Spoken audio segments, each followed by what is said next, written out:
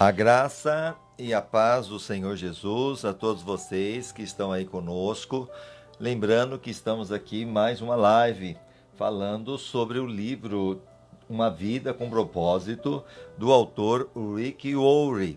E hoje nós iremos falar o 25º capítulo. São 40 capítulos. Lembrando que o capítulo de hoje vai falar sobre transformado pela provação. Você está passando por prova? Então, dentro daquilo que iremos falar, com certeza a sua vida tem tudo a ver.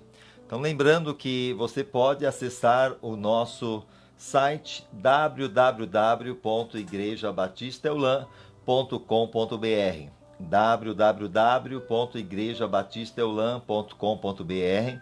Lá você vai encontrar todas as nossas lives que foram faladas até agora sobre este assunto, uma vida com propósito.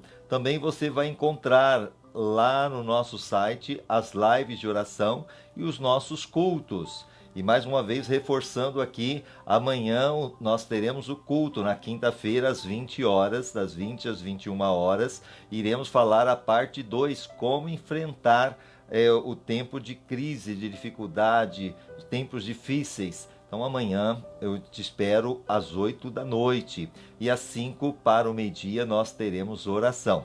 Então nós gostaria que você compartilhasse, que você curtisse. Temos a nossa página também da Igreja Batista Eulan no YouTube. Entre lá e curta, também no Instagram e ao mesmo tempo no Facebook. Vamos então falar sobre mais um capítulo desse livro que tem sido abençoador para muitas pessoas. Uma Vida com Propósito, de Rick Warren. O propósito número 1, nós falamos 14 capítulos. Você não está aqui por acaso. O propósito número 2, nós falamos do capítulo 15 até o 21. Você foi formado para fazer parte da família de Deus.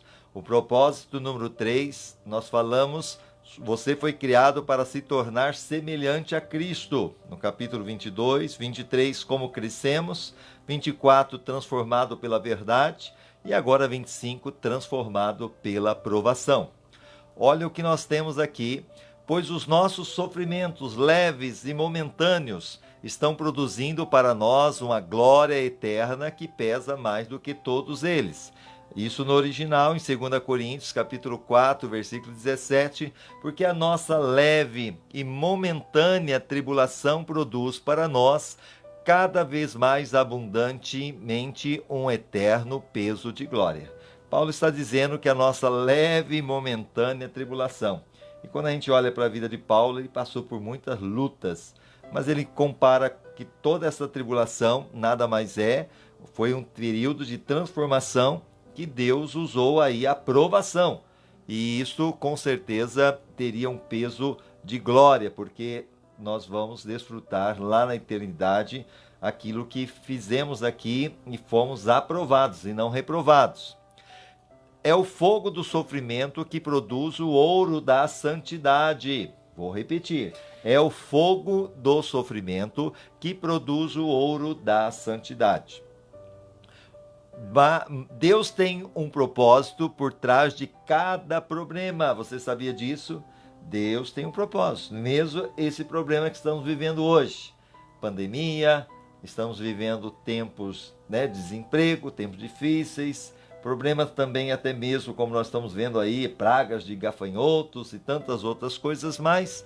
Mas Deus tem um propósito em cada problema.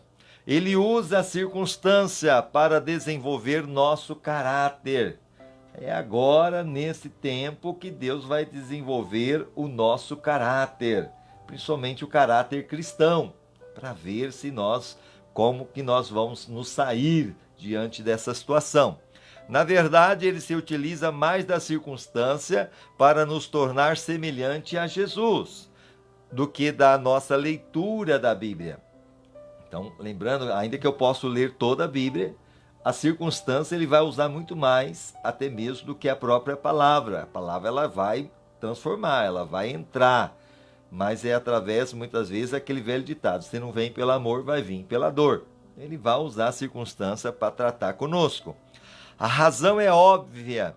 Você se defronta com a circunstância da vida 24 horas por dia, sim ou não?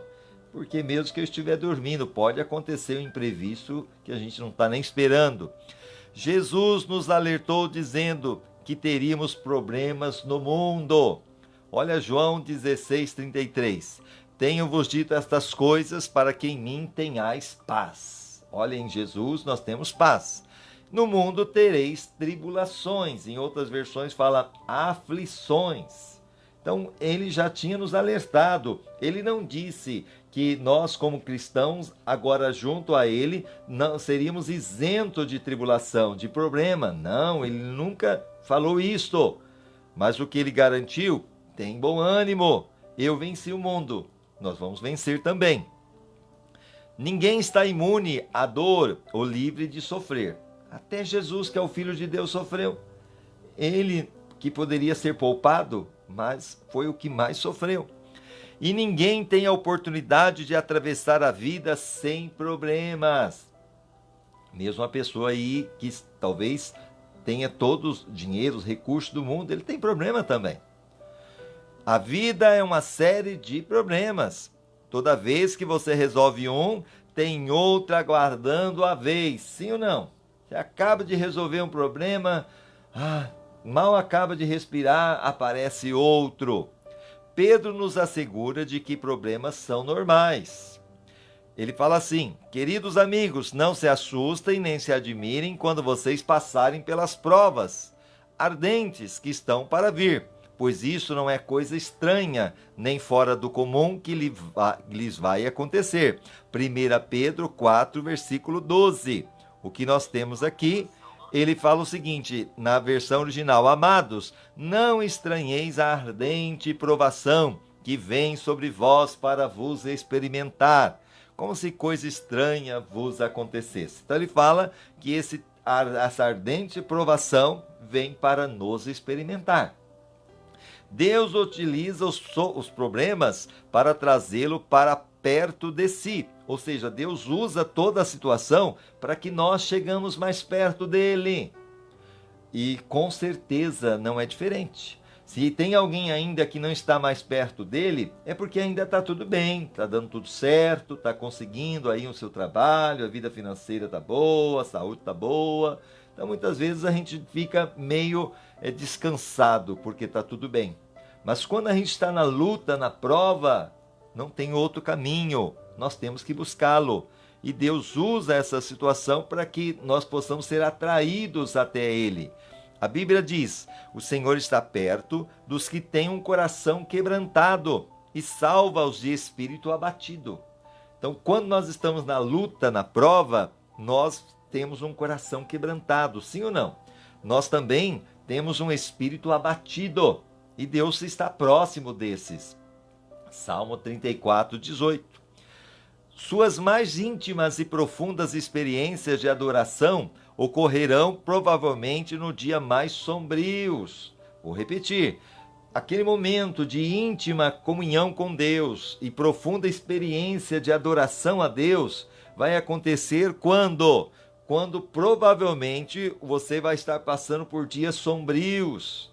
Quando o seu coração estiver partido, você se sentir abandonado, não tiver mais nenhuma opção, a dor for intensa e você buscar somente a Deus. É aí sim que você vai ter essa intimidade com Deus, que vai ser maravilhosa, uma experiência de adoração. É durante períodos de sofrimento que aprendemos a fazer nossas orações, porque é aí que nós abrimos o nosso coração, nós choramos, nos quebrantamos. Então é nesse momento que as orações são as mais sinceras, são autênticas e honestas para com Deus. Quando sentimos dor física ou emocional, não temos disposição para as orações superficiais. Ou seja, quando atinge a carne, não tem como ter oração superficial. Aquela oração que muitas vezes não chega nem no teto, não. Mas quando a gente está na dor, nós nos quebrantamos, nós choramos, nós buscamos, nós abrimos nosso coração. Johnny e Erickson observa: quando a vida é um mar de rosas, podemos passar o tempo adquirindo conhecimento sobre Jesus, imitando, citando e falando sobre ele. Mas é somente ao sofrer que conheceremos Jesus. No sofrimento aprendemos coisas a respeito de Deus que não podemos aprender de nenhuma outra forma. Deus podia ter mantido José fora da cadeia. Lembra de José do Egito? Ele que Deus foi vendido pelos próprios irmãos, se tornou escravo, depois foi preso. É claro que lá na frente se tornou governador de todo o Egito. Mas Deus podia ter livrado ele. Olha aqui em Gênesis 39, versículo 20 até o 22. Então o Senhor de José o tomou e o lançou no cárcere. A Potifar, ele agora lança José porque foi ali falado que a mulher dele acusou, né, a mulher de Potifar, que José queria estuprá-la. E isso foi uma mentira. Mas Potifar, ele, é claro, deu ouvido à esposa do que um escravo. E ele agora coloca José para sendo preso no cárcere. E no lugar que os presos do rei estavam encarcerados. E ele ficou ali no cárcere. Deus podia ter livrado ele. O Senhor, porém, era com José, estendendo sobre ele a sua benignidade, dando-lhe graça aos olhos do carcereiro, o qual entregou na mão de José todos os presos que estavam no cárcere. E era José quem ordenava tudo o que se fazia ali. Mesmo na prisão, Deus honrou José, mas Deus poderia ter livrado. Mas, como nós estamos falando nesse capítulo, transformado pela provação. Um outro personagem que nós temos, Daniel, quando ele foi colocado na cova dos leões. Deus podia ter livrado ele. Olha Daniel 6, do 16 ao 23, eu pulei alguns pedacinhos, mas depois você fica à vontade para ler em casa. Então os presidentes e os sátrapas foram juntos ao rei e disseram-lhe assim: ó rei Dario, vive para sempre. Todos os presidentes do reino, os prefeitos e os sátrapas, os conselheiros, governadores concordaram em que o rei devia baixar um decreto e publicar o respectivo interdito, que qualquer que, por espaço de 30 dias, fizer uma petição a qualquer deus ou a qualquer homem, exceto a ti, ó rei, seja lançado na cova dos leões. Primeiramente, eles foram mentindo para o rei Dario, porque ele fala todos os presidentes do reino, e Daniel era um deles, mas Daniel não estava sabendo. Era uma artimanha deles para destruir Daniel. Mas olha agora o versículo 10. Quando Daniel soube que o edital estava assinado, entrou em sua casa, no seu quarto, em cima, onde estavam abertas as janelas que davam para o lado de Jerusalém, e 3 vezes no dia se punha de joelhos e orava, e dava graças diante do seu Deus, como também antes costumava fazer. Daniel, o decreto era para 30 dias não orar a nenhum Deus, a não ser pedir para Dario. E quando Daniel ficou sabendo, a ordem era: quem desrespeitasse seria lançado na cova dos leões famintos. Daniel poderia dizer: só 30 dias? Eu vou esperar, passa rapidinho, não é verdade? Mas ele sabia que era mais arriscado deixar de orar. Deixar de orar. Ok? Então ele agora começa a orar. Como antes, orou 3 vezes ao dia.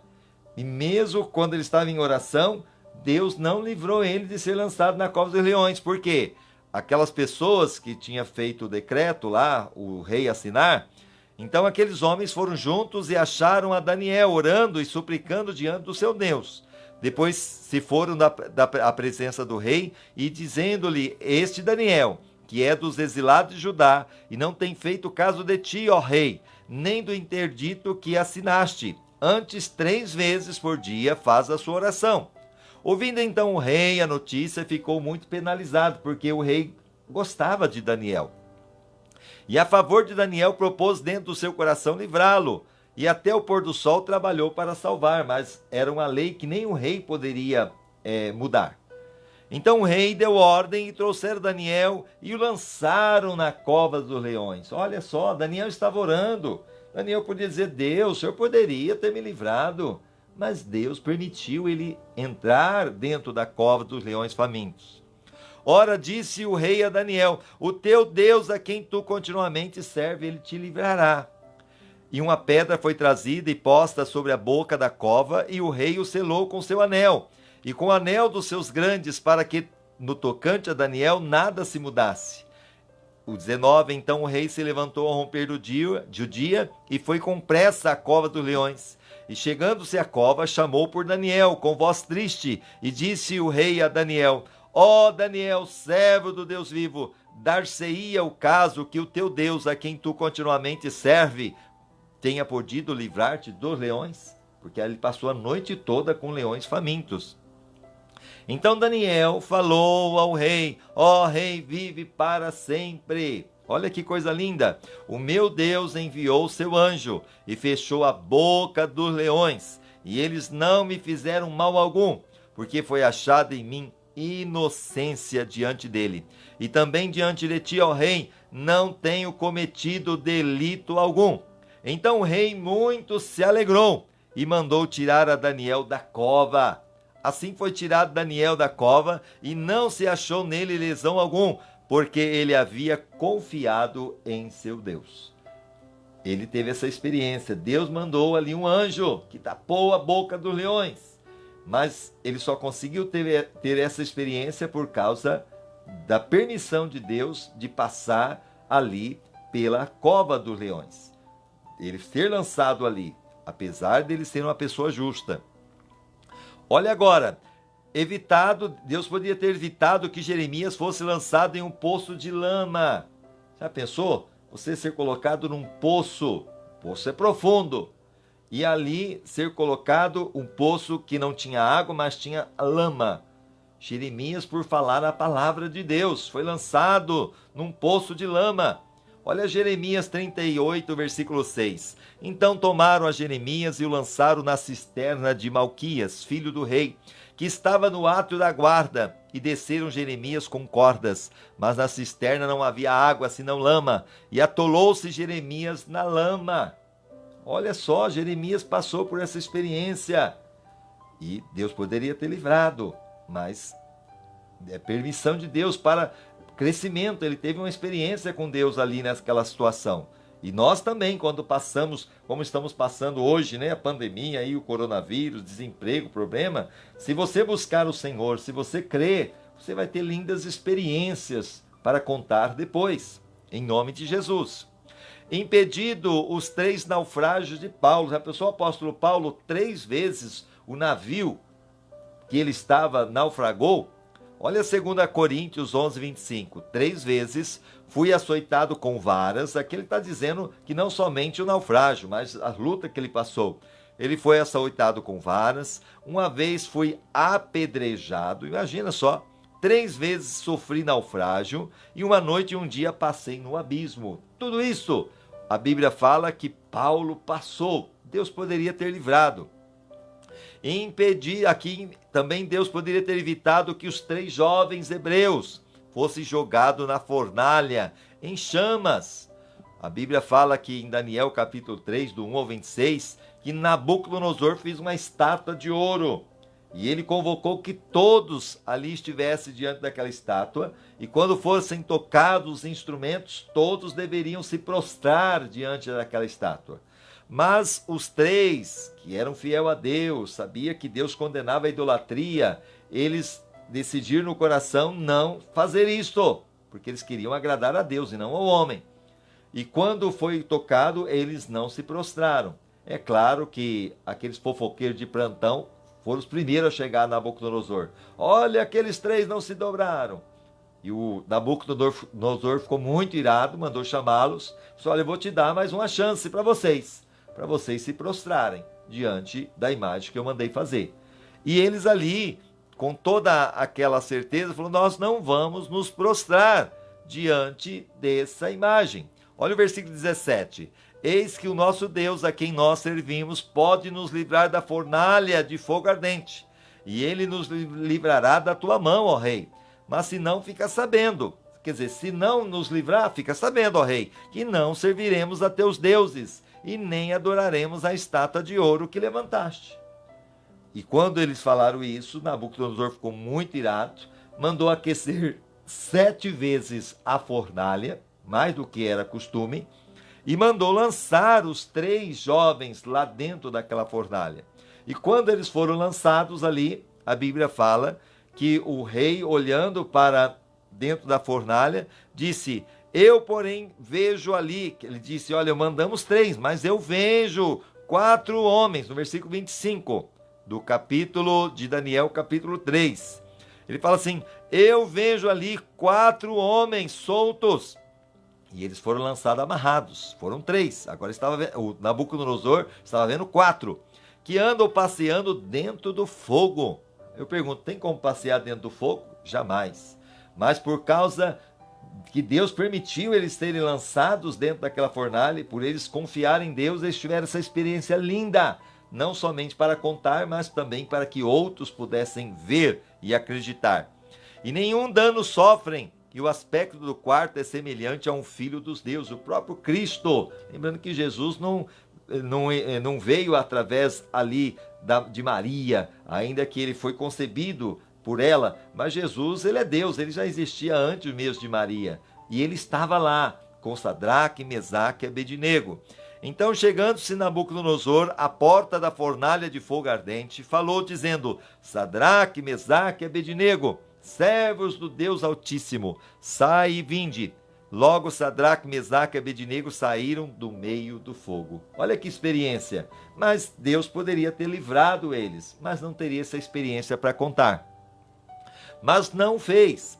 Ele deixou que esses problemas ocorressem e, em decorrência deles, cada um desses homens foi trazido para mais perto de Deus. Então, como eu disse, Daniel foi trazido para mais perto de Deus, Sadraque, Mesaque e Abednego foi trazido para mais perto de Deus, Jeremias foi trazido para mais perto de Deus, Paulo foi trazido para mais perto de Deus, também Daniel foi trazido para mais perto de Deus, ok? Todos esses homens, José, todos esses, por causa dessas experiência, eles vieram mais perto de Deus. A provação trouxeram eles mais perto de Deus. Voltando aqui, os problemas nos forçam a olhar para Deus e a depender dele. Você está passando por problema? É nesse momento que você olha para Deus e começa a depender de Deus, a confiar em Deus, a descansar em Deus.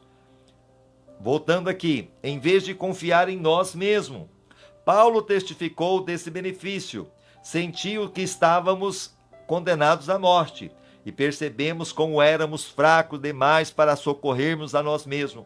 Isso, porém, foi bom, porque assim nós colocamos tudo nas mãos de Deus, o único que poderia salvar-nos, pois é capaz até de levantar os mortos. Isso 2 Coríntios 1:9.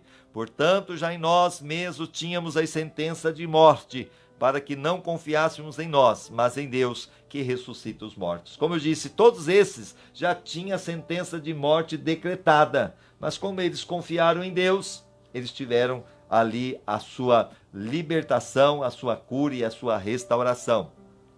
Voltando, você nunca saberá que Deus é tudo o que você precisa, até que Ele seja tudo o que você tiver, ok? Vou repetir, você nunca saberá que Deus é tudo o que você precisa, até que Ele seja tudo o que você tiver. Se Deus é tudo que você tem, aí sim você vai saber que Deus é tudo que você precisa. Independente da causa, nenhum dos seus problemas poderia acontecer sem a permissão de Deus, ok? Tudo que ocorre a um filho de Deus é filtrado por Ele, e Ele pretende usar tudo isso para o bem. O endividamento, o problema financeiro, o problema familiar, o problema que você está inventando. Lembra de Jó, que passou por toda a luta? Deus usou tudo aquilo lá para glória de Deus e ao mesmo tempo para edificação de muitos. Nós olhamos para a vida de Jó hoje, nós somos edificados e olhamos como nós devemos proceder em tempos de dificuldade. Tudo que ocorre a um filho de Deus é filtrado por ele. Como eu disse, mesmo que Satanás e outros tensionem usar para o mal, uma vez que Deus está soberanamente no controle, Então Deus não perdeu o controle da tua vida. Escuta aí. Deus não perdeu o controle de nada. Acidentes são apenas circunstância do plano de Deus para você. Como todos os dias da sua vida foram escritos no calendário de Deus antes que você nascesse. Você sabia que Deus sabe de tudo o que vai acontecer com você? Porque Deus do princípio, Ele sabe, Ele é soberano. Ele é onipotente, Ele pode todas as coisas. Ele é onisciente, Ele sabe de todas as coisas. E Ele é onipresente, Ele está em todo lugar ao mesmo tempo. Salmo 139, 16. Os teus olhos viram a minha substância ainda informe, e no teu livro foram escritos os dias, sim, todos os dias que foram ordenados para mim, quando ainda não havia nenhum deles. Quer dizer, mesmo antes de existir, Deus já sabe tudo o que ia acontecer na tua vida e na minha vida. Ele sabe. Você não sabe, eu não sei. Mas Ele sabe de tudo, entendeu? Mas Ele quer que nós venhamos a escolher aquilo que agrada o coração dele. Lembrando que a escolha compete a nós. Temos o livre-arbítrio. Tudo que acontece com você tem significado espiritual. Sabia disso? Tudo. Romanos 8, 28 e 29 explica porque sabemos que Deus age em todas as coisas de modo que trabalhem em conjunto para o bem daqueles que amam e são chamados de acordo com o seu propósito. Pois Deus conhecia de antemão as pessoas e escolheu para se tornarem iguais ao seu Filho. Romanos 8, 28 e 29. E sabemos que todas as coisas cooperam para o bem daqueles que amam a Deus. Você ama a Deus? Deus vai usar todas as coisas que você está enfrentando, a pandemia, o problema financeiro, tudo. Ele vai usar tudo isso para o quê? O bem. Ele vai reverter o mal em bênção. Daqueles que são chamados segundo o seu propósito, porque os que dantes conheceu também o predestinou para ser conforme a imagem do seu filho, a fim de que ele seja o primogênito entre muitos irmãos. Lembra de José? Os irmãos o venderam e ele passou por tudo aquilo lá. Lá na frente Deus exalta José, coloca como governador do Egito e ele tem um encontro com os irmãos. Agora ele tinha o poder de até mesmo matar os irmãos, mas os irmãos temeram. E agora quando eles temem, José falou, não se preocupem. O mal que vocês intentaram, Deus reverteu em bênção. Aleluia! Todo mal que intentam contra nós, o Senhor vai reverter em bênção. Creia nisso. Deus vai reverter esse mal em bênção. Deus será glorificado. Em nome de Jesus. Tome posse. Deus falando com você neste momento. Compreendendo Romanos 8, 28 e 29. Essa é uma das passagens bíblicas mais incompreendidas e erroneamente citadas. Ela não diz, Deus faz que tudo saia da forma como eu quero. É lógico que isso não pode ser verdade. Também não diz, Deus faz que tudo na terra acabe com um final feliz. Isso também não é verdade. Existem muitos finais infelizes sobre a terra. Vivemos em um mundo caído. Somente no céu tudo será perfeito, da forma que Deus quer. E é por isso que temos de orar. Seja feita a tua vontade, assim na terra como no céu. Essa deve ser a nossa oração. Mateus 6,10. Para compreender inteiramente Romanos 8, 28 e 29, aquilo que nós já falamos, sabemos que todas as coisas cooperam para o bem daqueles que amam a Deus, nós precisamos examinar frase por frase. Olha aqui, ele diz assim, sabemos. Então esse saber é o seguinte, nossa esperança em tempos difíceis não é fundamentada em pensamentos positivos, ou em anseios ou em otimismo natural. É uma certeza que se baseia na verdade de que Deus tem pleno controle do universo e ama a todos nós. Ele tem o controle de tudo. Que Deus também age, então sabemos que Deus age. Então há um grande projetista por trás de tudo. Nossa vida não é resultado de um acaso fortuito, destino ou sorte. Existe um plano mestre. A história pertence a Deus. É Deus que controla o leme. Nós cometemos erros, mas Deus jamais. Deus não pode cometer um erro, porque Ele é Deus. Agora sabemos que Deus age em todas as coisas. O plano de Deus para a nossa vida envolve tudo que nos acontece. Olha aqui agora. Erros, pecados e mágoas. Ele inclui doenças, dívidas, acontecimentos infelizes, divórcio e a morte de pessoas queridas. Deus pode fazer o bem aflorar da pior perversidade. Ele fez isso no Calvário. Lembra lá Jesus na cruz, agonizando, todo aquele sofrimento. Mas ali do Calvário, ele fez aflorar o quê? A esperança para a humanidade, a salvação. Então, daquilo que é o pior, Deus tem esse poder. Não de forma isolada ou independente, os fatos de sua vida agem em conjunto, conforme o plano de Deus. Não são atos isolados, mas partes interdependentes do processo. Apesar que aqui eu li errado que estava junto aqui, viu? Não são atos isolados, ok? Mas partes interdependentes do processo que o tornarão semelhante a Cristo. Então não é o ato isolado, mas ao mesmo tempo, ao que nós temos aqui falando nesse livro, é que independente do processo, Deus tem tudo isso para nos tornar semelhante a Cristo. Para fazer um bolo, você utiliza farinha, sim ou não? Sal, ovo e ovo cru, açúcar, óleo. Comidos isoladamente, cada ingrediente é bastante desagradável, sim ou não? Vai comer só a farinha, vai comer só o sal, só o ovo cru, o açúcar, o óleo, vai ficar desagradável, ou mesmo amargo. Mas asse-os juntos e se tornarão deliciosos. Se você der a Deus todas as suas experiências horríveis e desagradáveis, Ele a misturará para que se tornem agradáveis. Então dê a Deus tudo isso que aparentemente na sua vida é ruim nos dias de hoje, coloca na mão de Deus. E na mão dele, Ele vai fazer um verdadeiro bolo. E você vai poder se deliciar de tudo isso que você está enfrentando, que hoje para você só é tristeza, só é angústia. Coloque na mão dele. Então, voltando, sabemos que Deus age em todas as coisas para o bem. Isso não quer dizer que tudo na vida seja bom. Grande parte do que acontece no mundo é mau e cruel, mas Deus é especialista em extrair o bem de tudo isso. Na genealogia oficial de Jesus Cristo, lá em Mateus do 1 ao 16, você vai encontrar 3 mulheres nessa genealogia de Jesus, ou seja, avós, bisavós, tataravós de Jesus, aonde Jesus acabou sendo gerado, da linhagem de Jesus.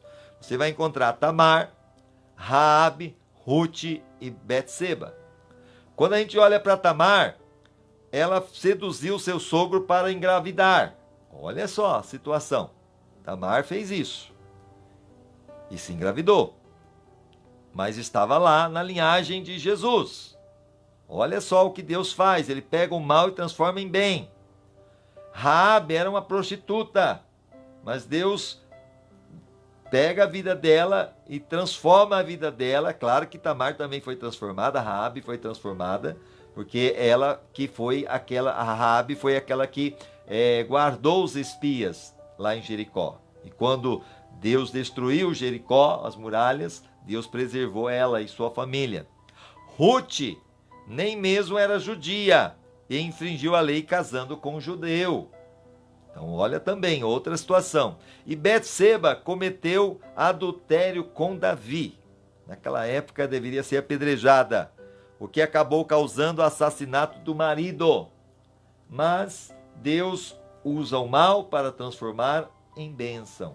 Talvez o mal que aconteceu na tua vida, Deus vai transformar em bênção se você deixar Ele agir. Ok? Então que você aprenda com tudo isso que nós estamos falando.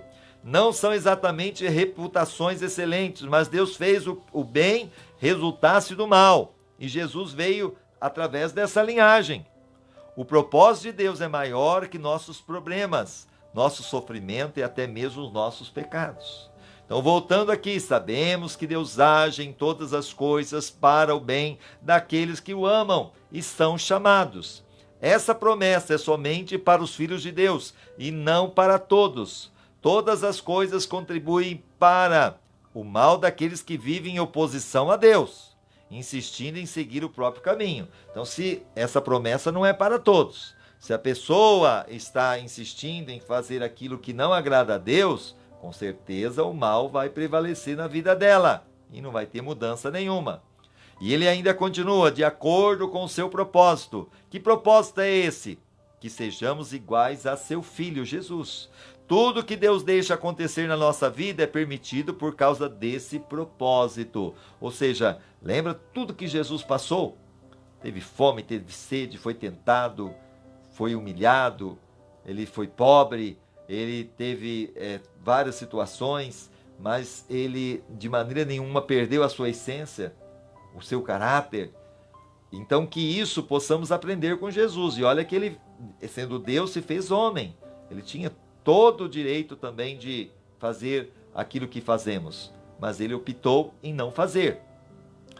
Edificando um caráter semelhante ao de Cristo, somos como joias moldadas com martelo e o cinzel da diversidade.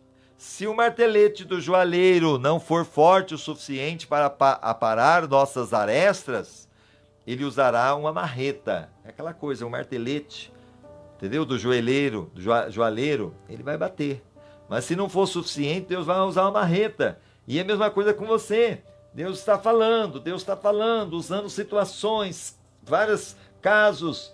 Deus está mostrando para você, mas você está com o coração endurecido, não quer obedecer. Muitas vezes sabe que essa é a vontade de Deus, o propósito dele na tua vida, e você quer continuar do seu jeito. Deus está usando muitas vezes agora o martelete, mas se for o caso, ele vai usar a marreta.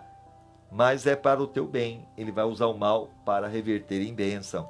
Se formos realmente obstinados, ele utilizará uma britadeira. Se você endureceu o coração, lembra de Faraó que endureceu o coração? Chegou uma hora que ele não teve. Como que você vai lutar contra Deus? Não tem como.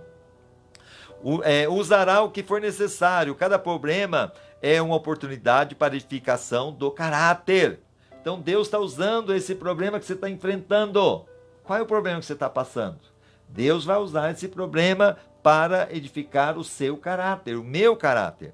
E quanto mais difícil for, maior será o potencial para o desenvolvimento de músculos espirituais e de fibra moral.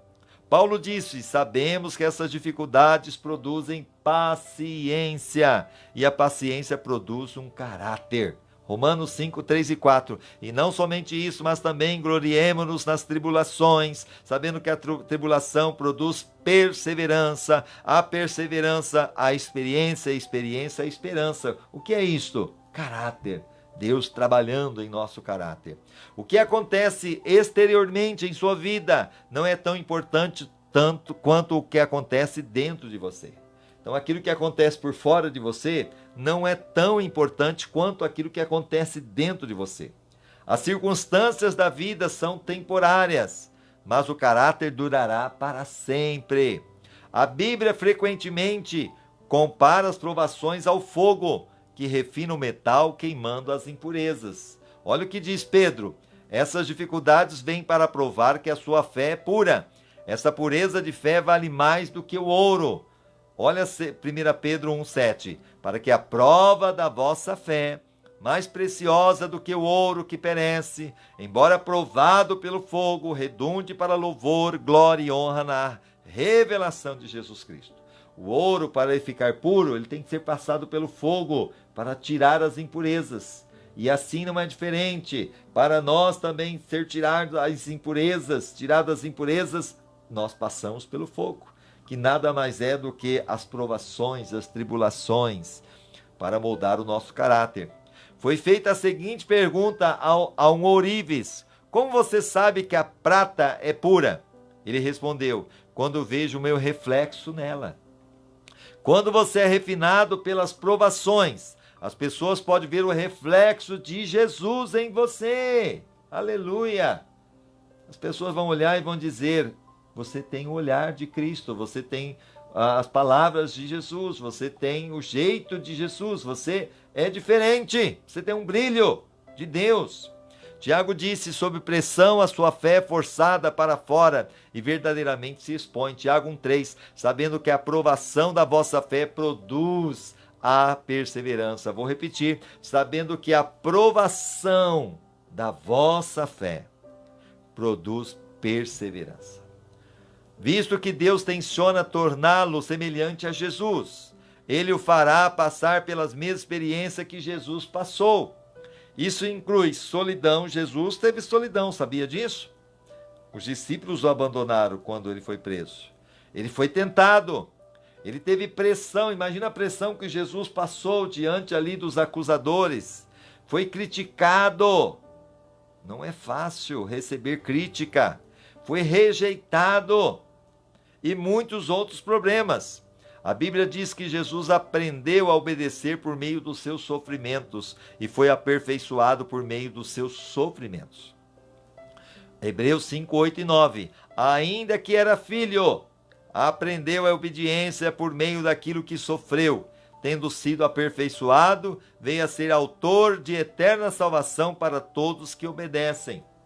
Porque Deus nos eximiria de passar por aquilo que permitiu que o seu próprio Filho passasse. Ou seja, se Jesus, que é Jesus, passou, eu sou melhor que Jesus, você é melhor que Jesus? Jamais. Paulo disse, enfrentamos exatamente o que Cristo enfrenta. Se enfrentamos tempos difíceis com Ele, então certamente enfrentaremos tempos agradáveis com Ele. Lembra que Jesus hoje está na glória. Está sentado à direita do Pai, ressuscitou, vive está, realmente foi glorificado. E assim também, se nós permanecermos, também receberemos tudo que Jesus recebeu. Romanos 8,17. E se filhos, também herdeiros, herdeiros de Deus e cordeiros de Cristo. Se é certo que com Ele padecemos, para que também com Ele sejamos glorificados. Reagindo aos problemas como Jesus reagiria. Vou repetir, reagindo aos problemas como Jesus reagiria. Os problemas não produzem automaticamente a vontade de Deus. Vou repetir, os problemas não produzem automaticamente a vontade de Deus. Muitas pessoas se tornam mais amargas em vez de melhorar e nunca crescem, sim ou não? Tem situações que a pessoa ela não vai crescer pela luta, pela prova. Inclusive, ela vai ficar mais amarga. E jamais ela vai crescer com isso. Porque é decisão, é escolha dela. Você tem de reagir de forma que Jesus reagiria. Lembra lá, com toda a pressão, Jesus perdoa, porque não sabe o que fazem. Lá quando Judas foi para com ele, né, e Jesus disse, amigo, sabendo que Judas foi ali para traí-lo, inclusive com um beijo. Tudo isso mostrando como nós devemos reagir diante das pressões. Jesus diante dos discípulos, lavando os pés, a humildade, ok? Vamos aqui agora. Lembre-se que o plano de Deus é bom. Ele sabe o que é melhor para você e visa apenas o seu bem. Deus disse a Jeremias, os planos que tenho para vocês são planos de fazê-lo prosperar e não de lhe causar dano. Planos de dar esperança e um futuro. Jeremias 29, 11. Na original, pois eu bem sei os planos que estou projetando para vós, diz o Senhor, planos de paz e não de mal, para vos dar um futuro e uma esperança. Toda essa situação que nós estamos vivendo, o plano de Deus para mim e para você é plano de paz e não de mal. Aleluia! Eu posso sentir a presença dele aqui agora. Orendarabachandarabacás. Que você sinta a presença dele aí na sua vida. Tudo que você está passando, Deus manda te dizer. Ele tem sim um propósito. O plano dele é um plano de paz. Ele tem esse propósito na sua vida e não de mal. Creia nisso para vos dar um futuro e uma esperança. Tome posse. Deus vai os reverter esse mal em bênção em nome de Jesus.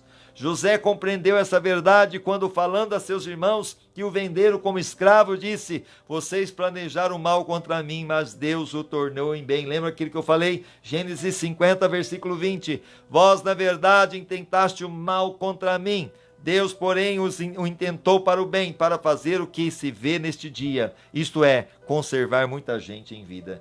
José entendeu que tudo aquilo que ele passou, agora como governador de todo o Egito, ele poderia sim salvar o seu pai, salvar os seus irmãos, salvar a família ali que Deus tinha um propósito, o povo de Israel. Então Deus tinha um propósito em tudo. Ezequias expressou os mesmos sentimentos em relação à doença que ameaçava tirar a sua vida. Foi para o seu benefício que meu benefício, ele diz, que eu sofri. Isaías 38:17. Eis que foi para minha paz que eu estive em grande amargura. Tu, porém, amando a minha alma, a livraste da cova da corrupção, porque lançaste para trás das tuas costas todos os meus pecados. Então Deus teve um plano, até mesmo na enfermidade que Ezequias estava enfrentando. Talvez a enfermidade que você está enfrentando, Deus tem sim um plano. E você vai buscar, porque Ezequias, quando recebeu a ordem lá do profeta Isaías, que Deus usou o profeta dizendo, vai, fala para o rei Ezequias, que ele ponha em ordem a sua casa, porque ele vai morrer. E a Bíblia fala que ele dá essa ordem, e Ezequias agora vira para a parede na sua cama, e ele chora, e ele fala com Deus, e ele se humilha, e ele fala, Senhor, lembra que eu tenho andado justamente diante de ti. E quando ele estava orando, o profeta Isaías estava saindo, Deus fala para ele, volta, e diz para Ezequias, ouvi a tua oração e vi as tuas lágrimas, e vou acrescentar mais 15 anos. Olha, se não fosse esse tempo de luta, de prova, Ezequias não ia ter essa experiência. Então Deus usa o mal para o bem. Oh, aleluia! Sempre que Deus disser não ao seu pedido de alívio, lembre-se, Deus está fazendo o que é melhor para nós, treinando-nos para viver o melhor da sua santidade. Hebreus 12:10. Pois aqueles que por pouco tempo nos corrigiam como bem lhe parecia, mas este para o nosso proveito, para sermos participantes da sua santidade. Aleluia! Então é isso que Deus quer usar toda essa situação para nós alcançarmos essa santidade. É vital que você se mantenha concentrado no plano de Deus, não no seu problema ou no seu sofrimento. Foi assim que Jesus suportou o sofrimento na cruz. E somos exortados a seguir o seu exemplo. Mantenha o olhar firme em Jesus, nosso líder e orientador. Hebreus 12, versículo 2. Fitando os olhos em Jesus. Aonde você está colocando o olho? Aonde? No problema? Na pandemia? Na crise? Aonde você está colocando o problema? Pare de olhar para o problema e olhe para Jesus. Olhe para Jesus, autor e consumador da nossa fé, o qual pelo gozo que lhe está proposto suportou a cruz, desprezando a vergonha, está sentado à direita do trono de Deus. Aqui corre Tim Boom, que sofreu em um campo de concentração nazista, explicou o poder da concentração. Se você olhar para o mundo, ficará aflito. Então olha lá, ele estava enfrentando o campo de concentração e ele diz, a sua experiência que ele passou, se você olhar para o mundo, o contexto, você vai ficar aflito. Se olhar para você, ficará deprimido. Mas se olhar para Cristo, ficará descansado. Descansa em Deus. Ah, mas olha o que está acontecendo nos hospitais, olha lá o problema. Descansa, descansa. O Senhor disse, Mateus 28, versículo 11, 28. Vinde a mim todos que estão cansados e sobrecarregados, e eu vos aliviarei. Descansa no Senhor. Deus está mandando você hoje descansar. Descansa. Esse é o propósito de Deus na tua vida. Descanse diante da circunstância que você está vivendo. Acredite, Ele vai moldar, Ele vai trabalhar, Ele está agindo. Seu enfoque determinará os seus sentimentos. O segredo da resistência é lembrar-se de que o sofrimento é temporário. Vai passar tudo isso. Aleluia. Mas sua recompensa será eterna. Quando você estiver lá na eternidade, Deus vai olhar, servo bom e fiel, serva boa e fiel, fosse fiel no pouco, sobre o muito eu vou te colocar. Moisés aguentou uma vida de problemas porque contemplava a sua recompensa. Hebreus 11, 26. Tendo por maiores riquezas o opróbrio de Cristo do que os tesouros do Egito, porque tinha em vista a recompensa. O próprio Moisés entendia que antes que ele foi criado como o filho da princesa lá de Faraó, ele era um príncipe, mas agora por ganhar a Deus, ganhar a Cristo, ele realmente desprezou toda a riqueza do Egito, porque o que valia mais era a eternidade com Deus. Então, ainda que você está perdendo muita coisa aí, aparentemente, não fique preocupe não, que muitas vezes isso é passageiro, mas comparado àquilo que você vai ganhar na eternidade, vale a pena estar com Cristo. Paulo suportou as adversidades da mesma forma. Ele disse: nossas dificuldades são pequenas e não durarão muito, e ainda produzem para nós glória imensurável que durará para sempre. 2 Coríntios 4:17.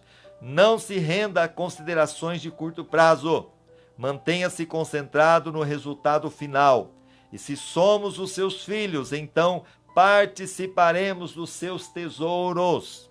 Pois tudo quanto Deus dá ao seu Filho Jesus agora é nosso também. Olha que coisa linda! Se nós nos assemelharmos a Cristo, assim como Deus deu tudo para Jesus, e agora como Filho, nós também temos participação desse tudo. Aleluia! Mas se queremos participar da sua glória, precisamos participar também do seu sofrimento. Não é justo, não é verdade? Jesus que é Jesus, é o Filho de Deus. Passou o que passou, agora eu vou ser melhor que ele? Não vou passar lutas também? É claro que eu vou passar. Contudo, aquilo que sofremos agora é insignificante se compararmos com a glória que ele nos dará mais tarde. Romanos 8, 17 e 18. Exulte e agradeça. A Bíblia diz: deem graça em toda circunstância, pois esta é a vontade de Deus para vocês em Cristo Jesus. Então comece a agradecer, mesmo pelas lutas, pelas dificuldades. Senhor, obrigado, porque eu creio que tudo isso será para a tua glória. O Senhor vai usar isso para o meu crescimento, para moldar o meu caráter. O Senhor vai usar isso para a minha para a aproximação mais do Senhor. Então creia, 1 Tessalonicenses 5,18. Como isso é possível? Repare que Deus nos manda dar graça em toda circunstância, e não por toda circunstância. Deus não espera que você seja agradecido pelo mal. Não é para você ficar agradecendo: Deus, obrigado pela dívida, obrigado, Senhor, pelo coronavírus, né? Pelo gafanhoto. Não. Pelo pecado, pelo sofrimento, pelas suas consequências dolorosas deste mundo. Mas em vez disso, Deus quer que você seja grato por Ele usar os problemas que o afligem para o cumprimento dos seus propósitos. Comece a agradecer: Senhor, obrigado, o Senhor está usando tudo isso. O Senhor tem um propósito, eu vou crescer, eu vou amadurecer, eu vou ter experiências contigo. A Bíblia diz: alegre-se sempre no Senhor. Filipenses 4, versículo 4. Ela não diz: alegre-se no seu sofrimento. Isso é masoquismo. Você se alegra no Senhor. Não importa o que aconteça, você pode se alegrar no amor, na atenção, na sabedoria, no poder e na fidelidade de Deus. Jesus disse: fiquem cheios de alegria quando isso ocorrer, pois há uma grande recompensa esperando por vocês no céu. Lucas 6, 23.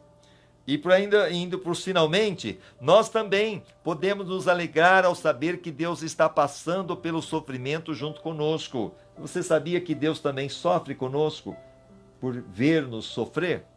Não servimos a um Deus distante, desligado, que se distancia de nós e tenta nos motivar com frases feitas.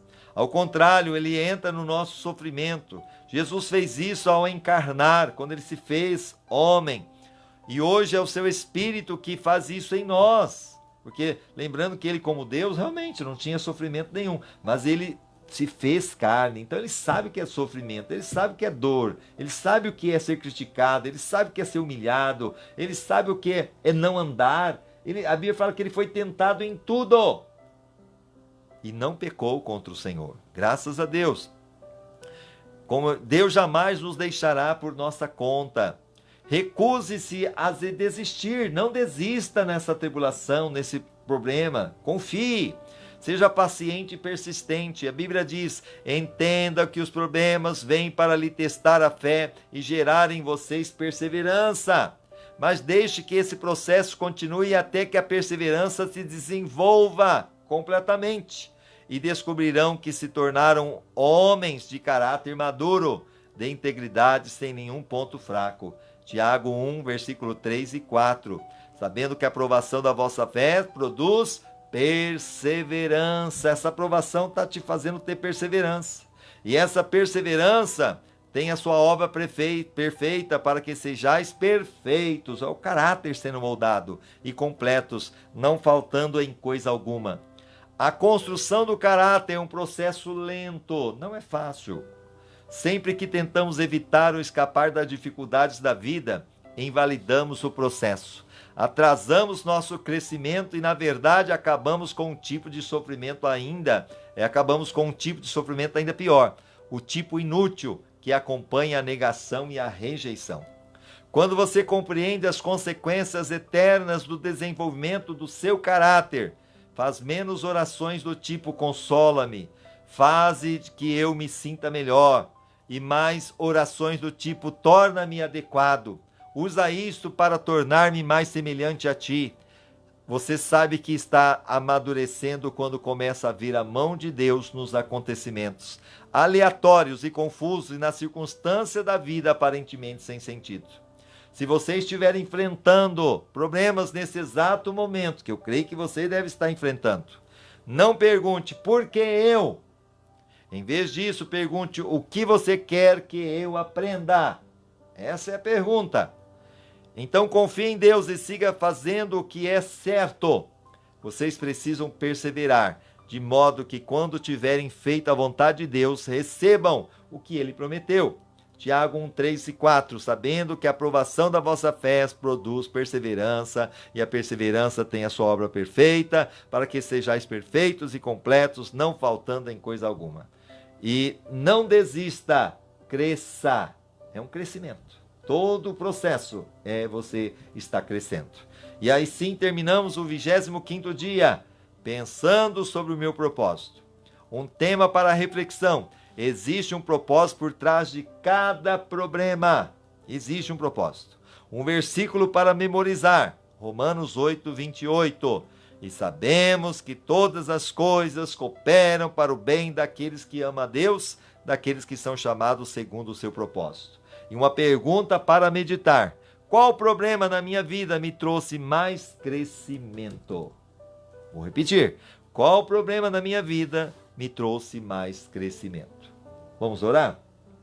Pai amado, Pai bendito, na autoridade que é no nome de Jesus, que toda essa tribulação, todo esse problema, toda essa situação que o teu filho e a tua filha está passando, que essa pessoa que está orando comigo está enfrentando, que ela possa entender que o Senhor vai usar isso para o crescimento dela, para que ela se chegue mais perto de ti, para que ela tenha uma conversão, para que ela tenha uma rendição, para que ela seja semelhante a Cristo, que ela viva, Senhor Deus, na dependência do Senhor, que ela confie em ti, que ela possa, Senhor Deus, ser trabalhada, ser, ó Deus, passada pelo fogo, tirando todas as arestas, tirando todas as impurezas, e ela vai ser uma joia pura, um ouro puro. Ó Deus, que o teu nome será glorificado, que ela possa entender que tudo isso vai passar, é passageiro, e ela vai poder glorificar o teu nome. Obrigado pelo teu cuidado na vida desta pessoa, que ela sinta o teu poder, que ela sinta a tua graça e a tua misericórdia.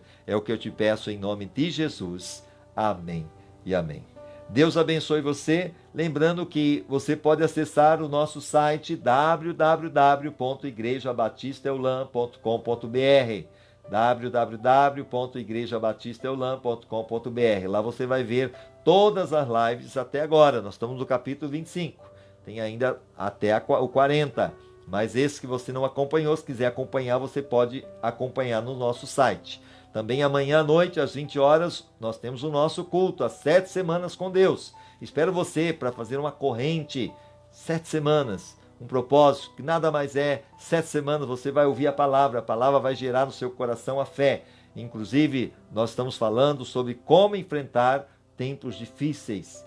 Então amanhã iremos falar a parte 2. E amanhã a nossa live da oração será às 11h55, porque temos o culto à noite. Um abraço para você no coração, fique com Deus e lembrando que unidos somos mais fortes. Deus abençoe, em nome de Jesus. Amém e amém.